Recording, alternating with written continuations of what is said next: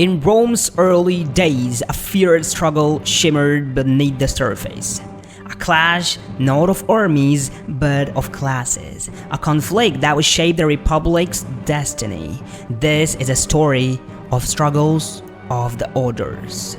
In 494 BCE, a conflict began that would last for nearly 2 centuries. The struggle of the order was a profound social and political struggle between the Patricians and the Plebeians, marking a critical period in the evolution of the Roman Republic.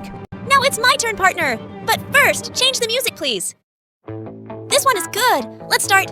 In 494 BCE, during the early years of the Roman Republic, there was a significant event known as the First Secession of the Plebs. The Plebeians, who were the commoners, had grown increasingly frustrated with the Patricians, the aristocratic class, over issues such as debt and lack of political representation. A particularly heated encounter took place between a plebeian named Lucius Sicinius Velutus and a patrician named Appius Claudius. Lucius, a vocal advocate for the rights of the plebeians, confronted Appius, a staunch defender of patrician privileges, in the forum.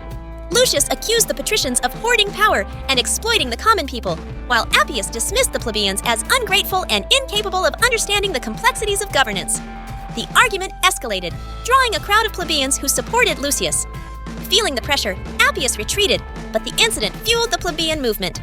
Shortly after, the plebeians seceded to the Sacred Mount, leading to the creation of the office of the Tribune of the Plebs, giving them a significant voice in Roman politics for the first time. This clash highlighted the deep divisions within Roman society and the ongoing struggle for equality and representation. Thank you, bye.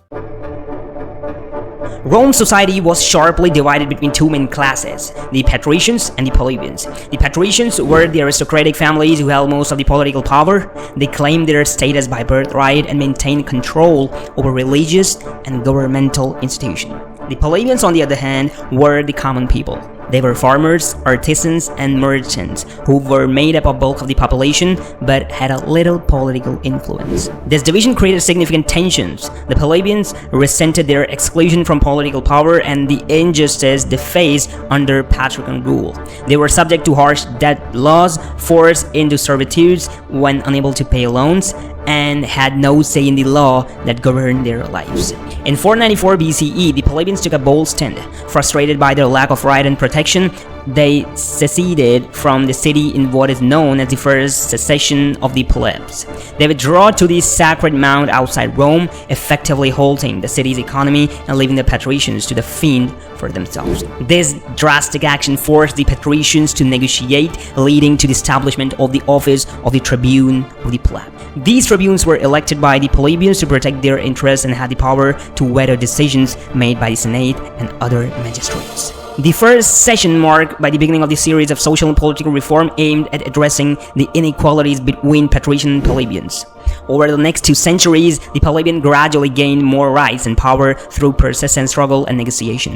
One of these significant milestones was the Law of 12 Table, established around 450 BC. This was Rome's first set of written laws publicly displayed in the Roman Forum. The 12 Table were a critical step in ensuring legal transparency and protecting the right of all citizens, regardless of class. It marked the beginning of a more equitable legal system where both Patricians and Plebeians were subject to the same law. In 450 BCE, the Lex Canolia was passed, allowing intermarriages between Patricians and Plebeians. This was a significant social reform that helped to break down the rigid classes barriers and promote greater integration with Roman society. Struggle for political equality continued with the passing of Licinian section laws in 367 BCE. These laws addressed economic grievances by limiting the amount of public land one individual could hold and providing debt relief. Crucially, they also allowed Plebeians to be elected as consuls, Rome's highest elected office.